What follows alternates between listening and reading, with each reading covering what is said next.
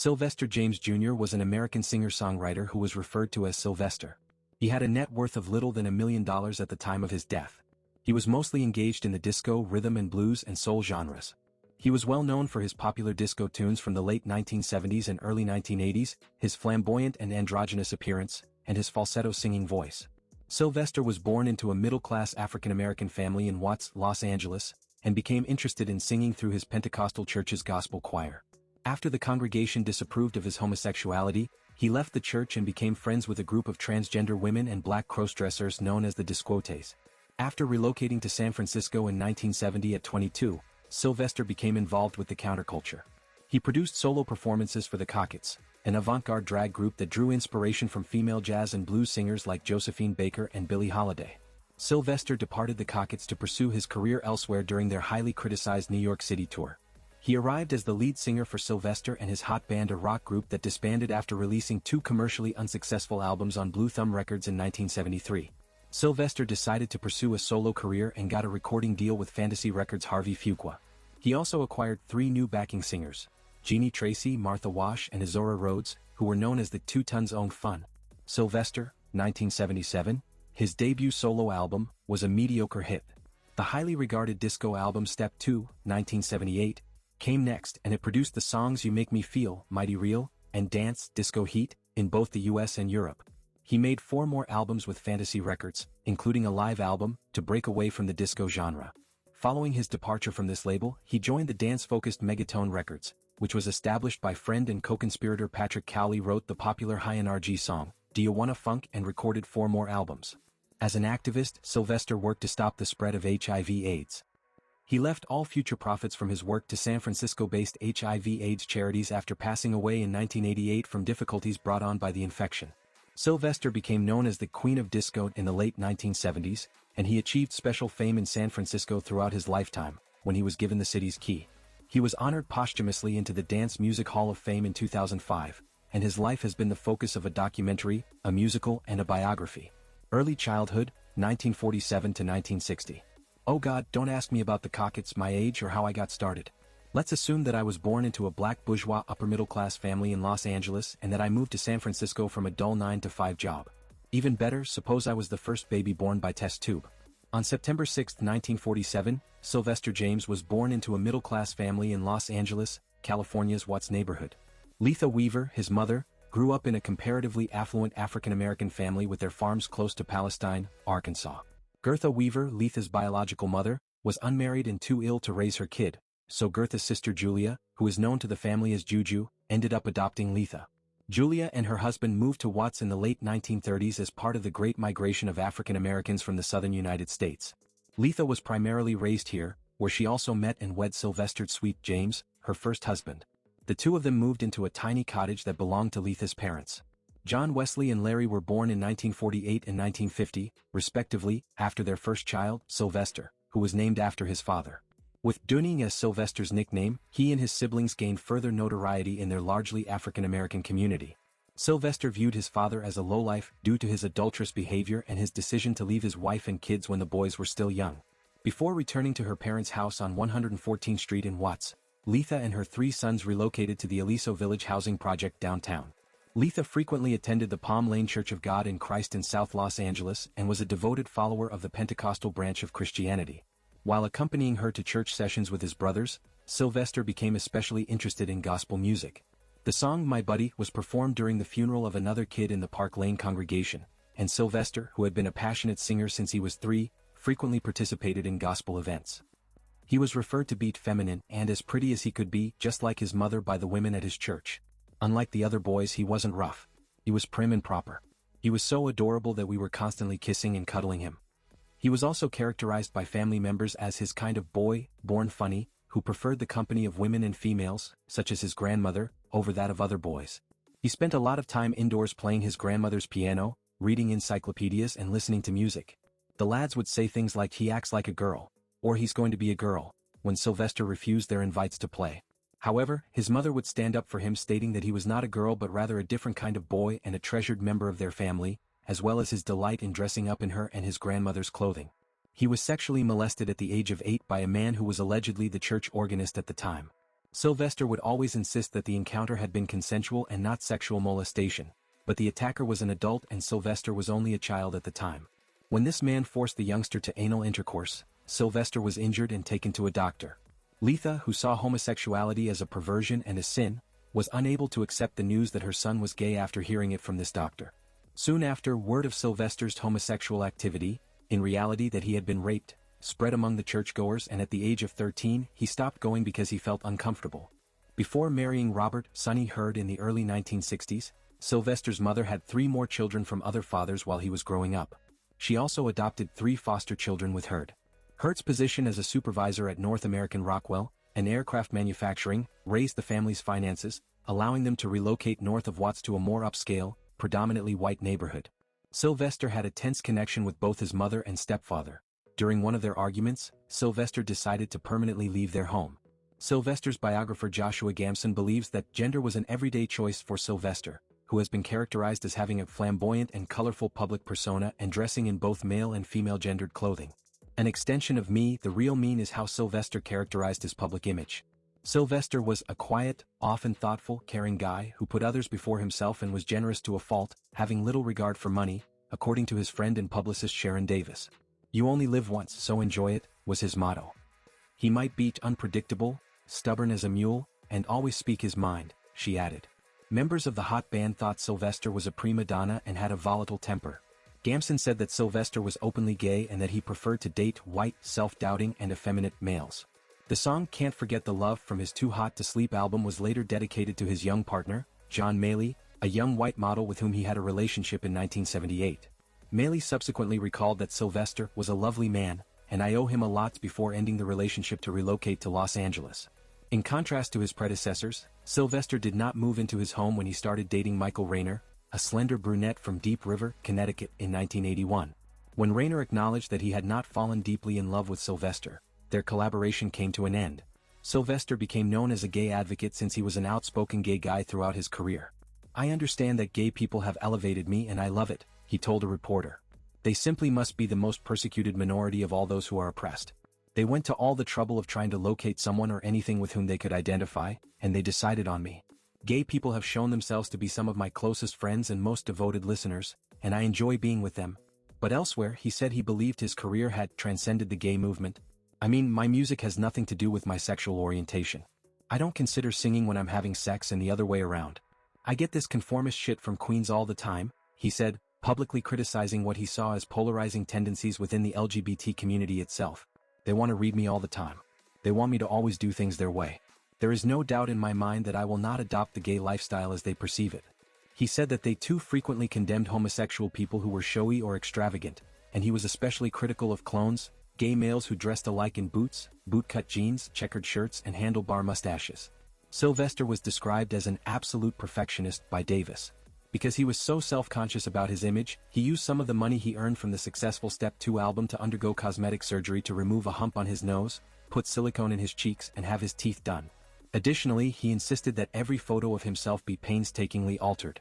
Throughout his life, Sylvester attended church and was raised in the Pentecostal branch of Christianity. He frequently likened the joyful emotions that preceded his on-stage performances to those felt by a Pentecostal church's gospel choir. He would remark that "we had service" when performances achieved a particular level of elevated emotion. Later in life, he became a member of the East Oakland-based Love Center Church, a ministry established in the 1970s by former gospel musician and preacher Walter Hawkins. Jeannie Tracy had brought him to the church in the 1980s, and he would soon become a frequent attendee, appreciating its acceptance of social outcasts. Sylvester asked the ministry at the Love to handle his funeral. From 1960 to 1970, the Disques. After becoming homeless, Sylvester spent a large portion of the following 10 years living with friends and family, especially his grandmother Julia, who had been friends with several gay men in the 1930s and did not seem to mind his sexual orientation. He occasionally spent a few days at a time at the home of his mother and stepfather, especially to visit his younger sisters, Bernadette and Bernadine.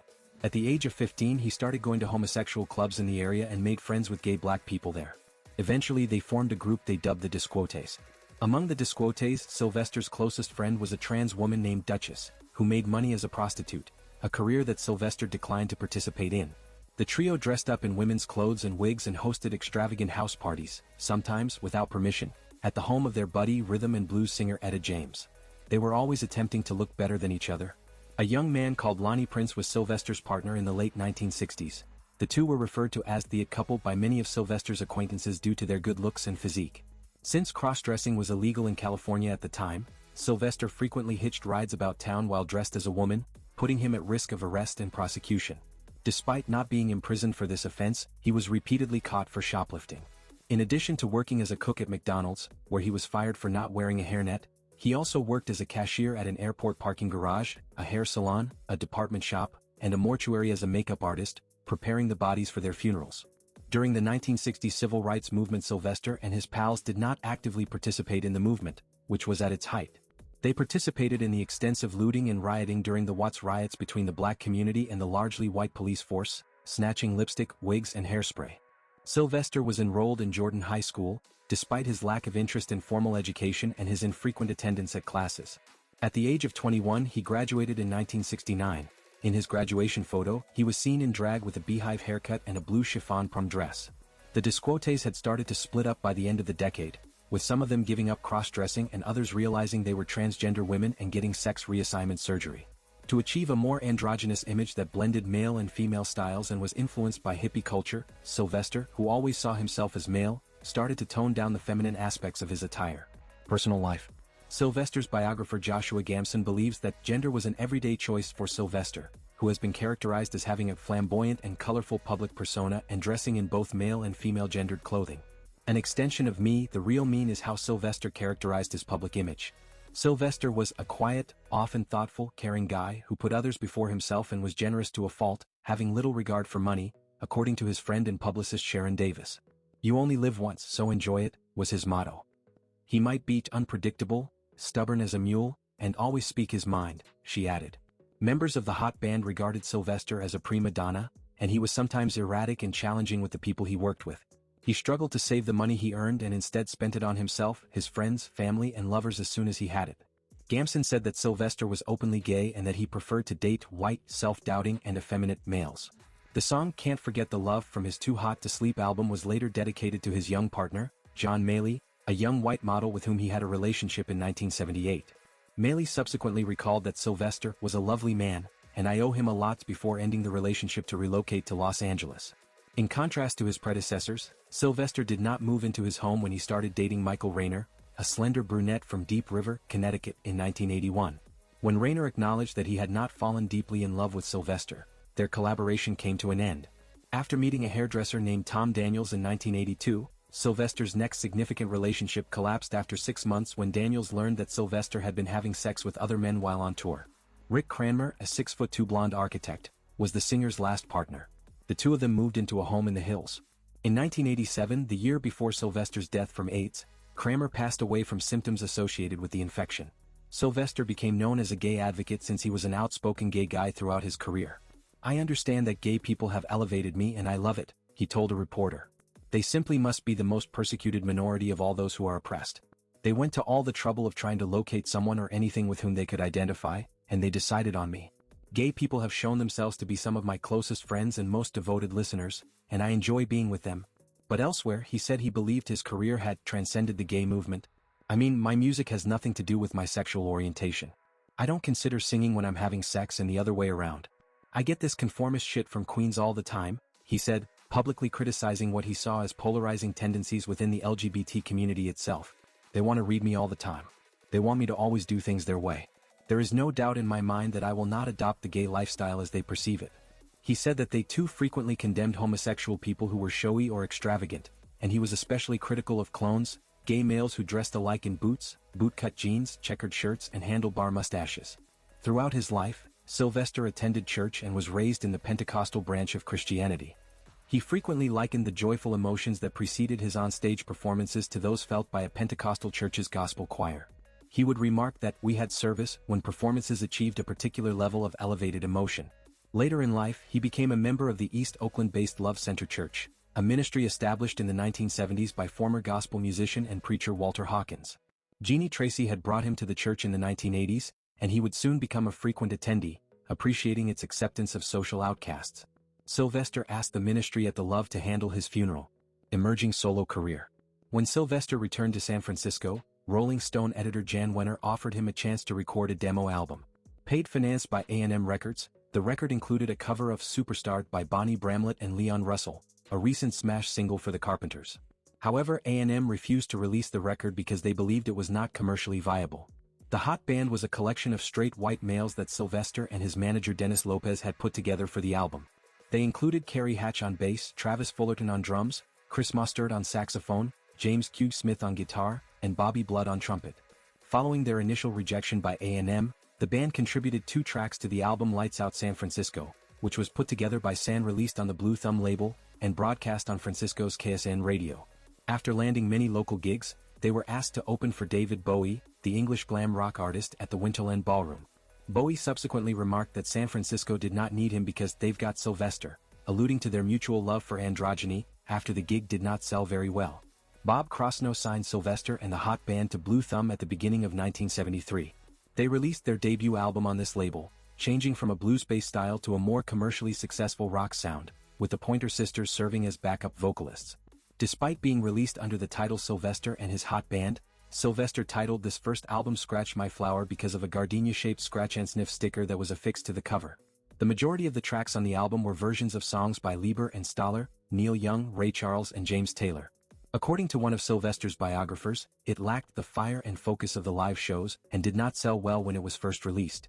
During their U.S. tour, Sylvester and his Hot Band encountered hostility from citizens in various southern states where the band was threatened with violence due to the region's pervasive racism and conservatism. The band's second album, Bizarre, was recorded in late 1973 and featured both original compositions by bassist Carrie Hatch and cover songs. Hatch subsequently remarked that although the Hot Band thought the record was better than its predecessor, it still did not sell well.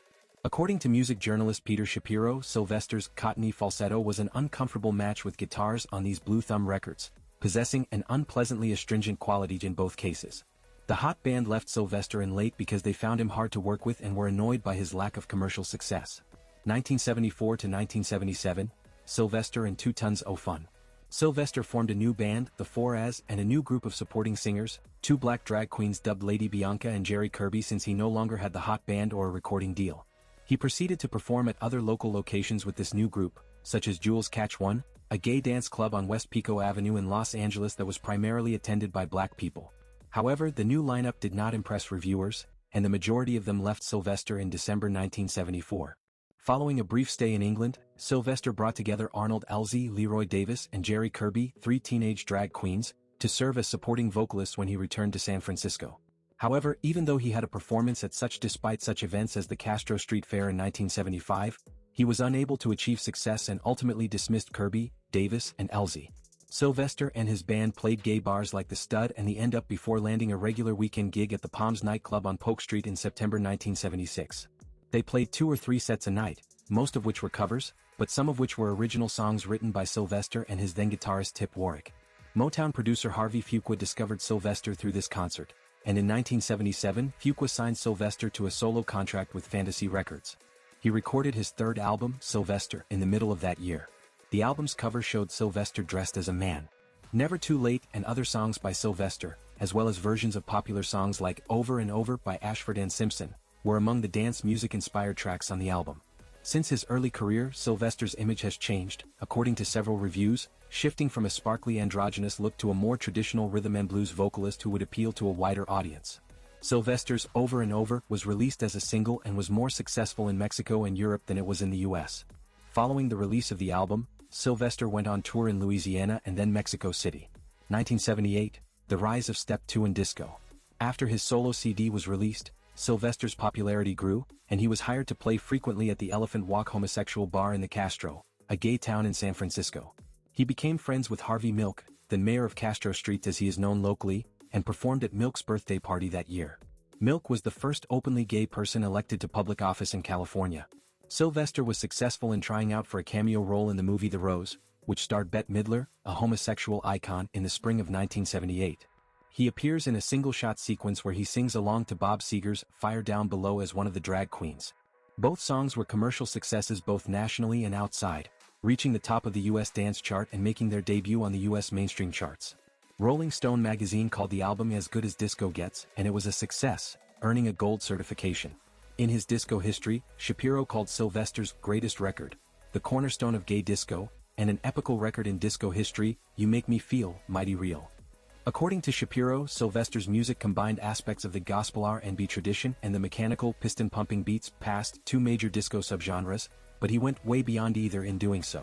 According to Shapiro, Sylvester launched his falsetto into the ether, far above his natural range. Later in life, Stars, Sell My Soul, and Too Hot to Sleep, 1979 to 1981 in Stars, Mr. S uses his two greatest tricks. A transported croon for romance and a supernal blast of sound too sweet for a screech that he unlooses much above his typical falsetto range for thrills. Christgau's Record Guide, 70s Rock Albums, 1981. After Step 2 success, Sylvester released an album named Stars. Cowley wrote the title track, which was released as a single in January 1979 and featured 4 love songs. Sylvester would go on to inform the media that it was his first entirely disco album, but that it was also likely to be his last. On March 11, 1979, he debuted the 4 tracks on the album at a sold-out performance at the War Memorial Opera House in San Francisco. Several high-ranking officials from the local government attended the concert, and midway through, Mayor Dianne Feinstein gave Sylvester the city's key and declared March 11 to beat Sylvester Dage through her aide, Harry Britt. The performance at the Opera House was captured on tape and later made available as the live album Living Proof. Despite Sylvester's high opinion of the record, it did not sell well. Although it didn't make the pop charts, the single Can't Stop Dancing from this album was a hit in disco clubs. Sylvester performed at the main stage of the 1979 Gay Freedom Day Parade, further solidifying his ties to the gay community in San Francisco despite his growing mainstream fame. In addition, he played at the London Gay Pride Festival in Hyde Park during his summer 1979 tour of the United Kingdom. Through Harvey Fuqua, Sylvester met singer Jeannie Tracy that same year, and the two hit it off right away. Tracy, a big black woman, accepted Sylvester's invitation to join his supporting vocalist because he thought she would fit in well with his Two Tons oath fun. She would later become friends with the Tons and work for Sylvester for the remainder of his life. Fuqua persuaded the Tons to create their album of the same name. It resulted in the dance chart successes Earth Can Be Just Like Heaven and Just Us.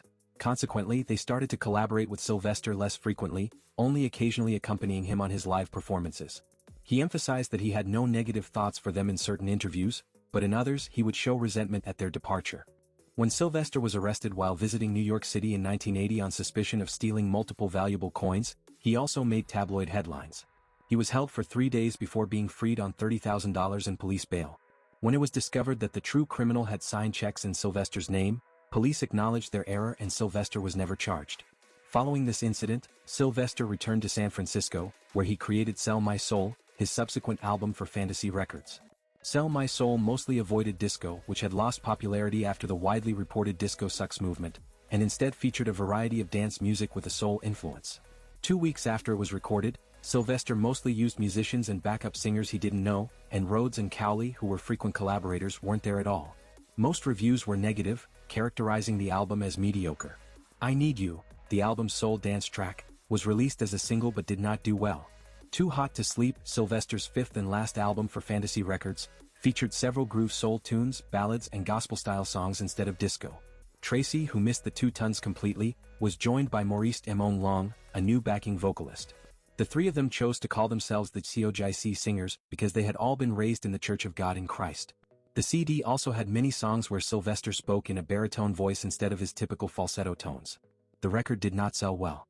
Records Megatone, 1982 to 1986.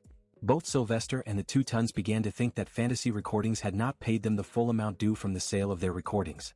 Following his departure from Fantasy, Sylvester sued the firm in November 1982, and the case eventually succeeded in proving that $218,112.50 had been withheld from him. Nevertheless, Sylvester never received the majority of the money that was legally due to him since Fuqua was unable to pay more than $20,000. As Sylvester came to hate Fuqua, he banned his pals from ever bringing up his name. Having no big singles in the previous few years and being closely linked to the now unpopular disco, after quitting Fantasy, major record labels weren't interested in Sylvester. Sylvester noted in 1982 that there's nothing worse than a fallen star who still harbors illusions of their ongoing stardom, acknowledging the situation. Sylvester preferred to concentrate on maintaining artistic control over his songs over pursuing significant chart success. Sylvester decided to produce his second album with Megatone Records, a small San Francisco firm formed in 1981 by Patrick Cowley and Marty Bleckman that specialized mostly in the homosexual club scene and hired Tim McKenna, a longtime friend and former tour manager, as his new manager. As a result, James Warwick wrote the majority of the dance-oriented, dance-influenced tracks for All I Need, 1982. Do You Wanna Funk, a high-energy dance song co-written with Cowley and released as a single in July 1982, is among the most well-known Sylvester tracks from this era. It peaked at the top of the US dance charts and made it into the pop charts in several other countries. Despite his ongoing employment, Cowley was in declining physical health and suffering from the newly identified HIV/AIDS virus, which American physicians at the time still referred to as gay-related immune deficiency, GRID. As Sylvester continued to tour, he found out about Cowley's passing on November 12, 1982, while he was in London getting ready to play at the Heaven Super Club. After telling the audience about Cowley's passing, he took the stage and sang Do You Wanna Funk in his honor. Sylvester joined Megatone Records as a partner in 1983. He also released Call Me, his second album with the label, that year, although it did not do well on the market. Only Trouble in Paradise made it into the top 20 of the US dance charts, even though 4 of the album's songs were issued as singles. Sylvester later described the song as his AIDS message to San Francisco. After being deeply affected by the HIV/AIDS crisis, Sylvester started volunteering in the Rita Rocket Lounge for AIDS patients at San Francisco General Hospital and performing at different benefit concerts to help raise funds and awareness to stop the disease's spread. His other performance was in February 1984. Having embraced the newly emerging genre of high energy, his subsequent album, M1015 1984, was more frantic and thumping than his earlier albums, but it also featured electro and rap elements. Sylvester did not write any of the songs on the album. Kessie and Maury Goldstein were the main contributors. How Do You Like Your Love and Sex were 2 of the tracks on the album that had progressively graphic sexual content. He also started dating an architect called Rick Kramer that year, and the 2 of them moved into a new apartment in the hills. Sylvester used posters and other memorabilia of Divine, the drag queen, singer and actor whom he had known for a short time when they first met, to adorn his powder room. Warner Brothers licensed and published Sylvester's last album, Mutual Attraction, 1986, which was produced by Megatone. Sylvester collaborated with a variety of artists on the album, which featured both original songs and renditions of George Gershwin and Stevie Wonder tunes. The album received mixed reviews, with many people saying it was a bad release. Someone Like You was one of the album's songs that did better, peaking at number 1 on the Billboard dance charts. He was scheduled to appear on the New Year's Eve episode of The Late Show starring Joan Rivers by Warner Brothers. When Joan Rivers called him a drag queen, he was irritated and told her he wasn't, simply saying, "I'm Sylvester." Additionally noteworthy was Sylvester's public announcement of his relationship with Rick Kramer, even though Kramer's family was mainly ignorant of the liaison and Sylvester's sexual orientation. 986 to 1988, Death and the Last Years. Rick Kramer, Sylvester's lover, learned that he had contracted HIV in 1985. His condition gradually deteriorated and he passed away on September 7, 1987, with no known medical remedy. Devastated, Sylvester declined to have his blood tested despite knowing that he was likely infected as well. He only became aware of the virus's initial symptoms when he started to cough persistently. He moved into a new apartment on Collingwood Street in the Castro and started working on an album that would never be finished. Despite becoming too sick to go on a full tour, he did his best to keep performing throughout the Bay Area. After receiving an AIDS diagnosis, he underwent sinus surgery in late 1987 and returned home. He was pushed along by McKenna in front of the People with AIDS banner at Castro's 1988 Gay Freedom Parade, where he was unable to walk due to his weight loss. As he walked by on Market Street, gathered throngs yelled his name. A tribute to Sylvester was the name of the ensuing Castro Street Fair in 1988. Despite his inability to attend, he was able to hear the crowds chanting his name from his bedroom. He made an appearance at Dreamland nightclub, now the Vendry, where DJ Steve Fabus compiled an impromptu set of Sylvester songs while he watched the dancers from the balcony on the second level. The dance floor stomped when he gave a feeble farewell wave. His family celebrated Thanksgiving 1988 with him. Even though he was increasingly bedridden, dependent on morphine, and suffering from neuropathy, he passed away in his bed on December 16, 1988, at the age of 41. Sylvester had organized his burial, requesting that his friend Yvette Flunder apply cosmetics to his corpse, outfit him in a red kimono, and lay him in an open-top coffin for the mourners to view. At his funeral, with choirs and lots of flowers, he wanted Tracy to sing. Reverend Walter Hawkins gave the sermon, and the entire event was held at his church, the Love Center. There was standing room only for the celebration, and the coffin was later carried and interred at his family's Inglewood Park Cemetery plot. Sylvester's last studio recordings were included in the posthumously released album Immortal, which was put together by Marty Bleckman. Thank you for watching so far. Share the video with your friends and family if you like it. Shoot us a comment on the controversial Sylvester in the comment section. Subscribe and click on the bell notification for more content like this.